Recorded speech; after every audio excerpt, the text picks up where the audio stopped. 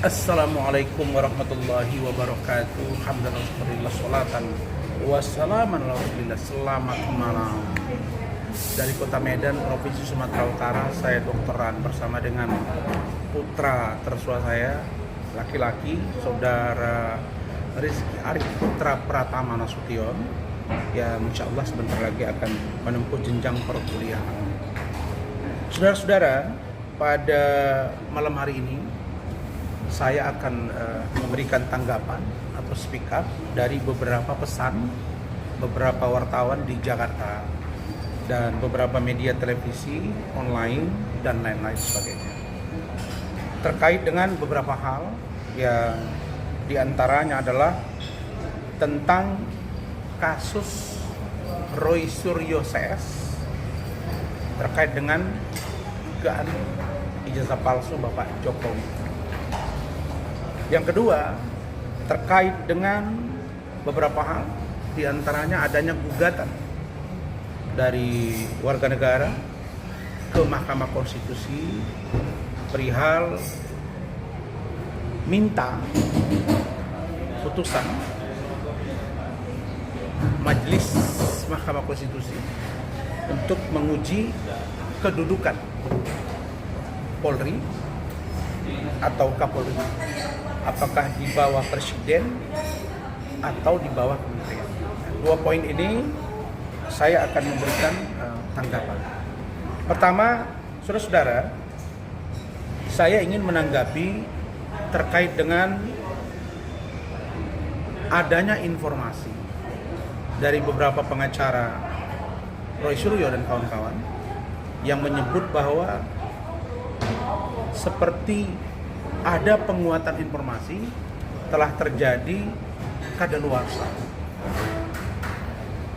di kasus pelimpahan berkas laporan Bapak Joko Widodo dan teman-teman dalam menilai Cumana dan kawan-kawan di Polda Metro Jaya, yang seolah-olah penggiringan opini bahwa secara hukum harusnya mereka ini bebas. Yang kedua, Saudara Refli Harun dan kawan-kawan juga katanya akan menghadirkan saksi mahkota terkait dengan kasus Pak Jokowi, dan ada informasi juga katanya akan mengarah kepada skripsi Bapak Jokowi. Saudara-saudara, poin pertama, bahwa saya juga melihat apa yang disampaikan oleh pengacara Roy Suryo dan kawan-kawan, di antara saudara Gofur Sangaji, menurut saya itu tidak berlandaskan hukum yang kita sebut dengan by law, tidak berdasarkan hukum, tidak by data, tidak berdasarkan data, dan itu hanya informasi. Bagaimana bisa mereka katakan bahwa berkas Pak Jokowi, dalam hal ini laporan Pak Jokowi terkait dengan 6 orang tersangka ini sudah dilimpahkan ke kejaksaan, kemudian seolah-olah melebihi batas waktu. Ini informasinya masih valid, nggak boleh ngomong sembarangan. Sebut dong, informasi dari mana ini? Sehingga Anda mengatakan kadaluarsa. Apakah dari kejaksaan? Siapa jaksanya? Siapa jaksa pemeriksanya? Dan siapa dari polisinya? Sehingga tidak menimbulkan komunikasi yang semakin hari semakin bias atau bias di tengah-tengah masyarakat. Inilah yang saya katakan selalu, bahwa banyak pengacara dari Roy ini yang justru offside. Mereka keluar dari koridor yang sesungguhnya sebagai seorang lawyer yang profesional. Nah, karena itu maka saya mendesak di kasus ini, saya minta agar Polri kembali menunjukkan kewenangannya secara objektif dan subjektif, yaitu melakukan penahanan terhadap Roy Suryo dan kawan-kawan. Filosofi berpikir saya sederhana, bahwa 6 bahkan 3 orang Roy Rismontiva ini sudah menunjukkan sikap yang menurut saya tidak menggambarkan seseorang yang sedang wajib lapor, yang sedang berstatus tersangka, yang seharusnya juga dilakukan penahanan karena kewenangan penyidik. Nah, karena mereka ini setiap hari menurut saya hampir selalu membuat riuh suasana di media sosial, di banyak pendapat masyarakat yang berkembang, maka menurut saya salah satu upaya yang paling mudah untuk mengurangi opini publik yang liar itu dengan melakukan penahanan. Nah, dengan ditahannya Roy dan kawan-kawan, ini akan mengurangi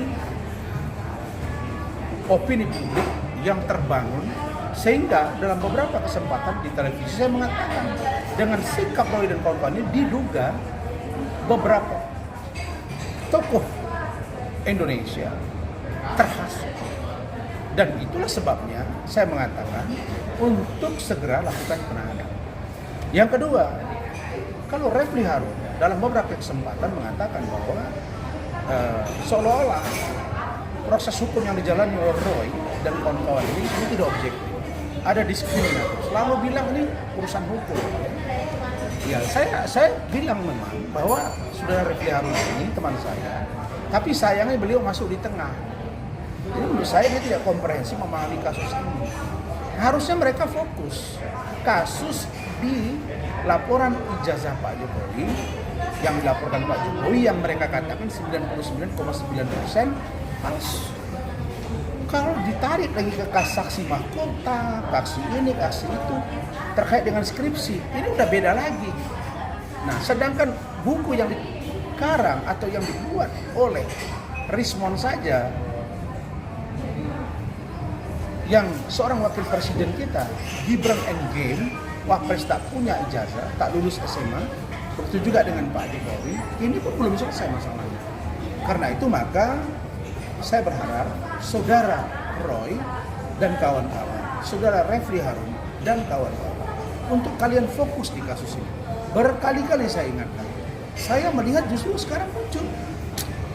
Kemarin sudah saya sebut, ada laporan Roy terhadap 6 orang warga negara termasuk salah satunya Firdaus, sekarang menunjuk sebagai kuasa hukum. Ada laporan terbaru juga melaporkan Roy, melaporkan Egy Sujana. Ada juga yang terbaru laporan teman-teman terhadap Rismon. Lah ini kan tidak selesai. Maka kita harus mampu memframe agar kasus ini tidak keluar dari koridor, membias kemana-mana, sehingga membuat rakyat tidak pernah selesai urusan ini. Maka pilihannya adalah segera lakukan persidangan, segera lakukan penahanan, dan putuskan oleh pengadilan. Sehingga rakyat melihat inilah potret hukum yang sejatinya terjadi di Indonesia. Dan tidak lagi menjadi perdebatan yang begitu serius di bangsa Indonesia. Itu pesan dari saya dari Kota Medan. Saya berharap sekali lagi bahwa kami Jokowi yang saya pimpin dengan sebutan kami Jokowi Gibran akan mengawal kasus ini.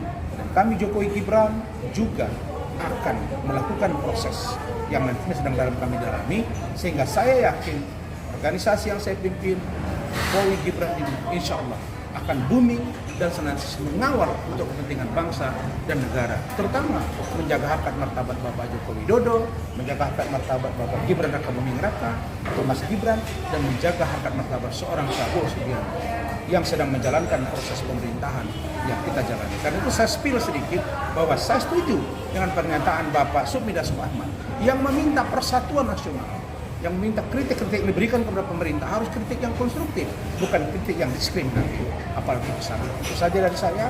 Terima kasih. Wassalamualaikum warahmatullahi wabarakatuh. Selamat malam.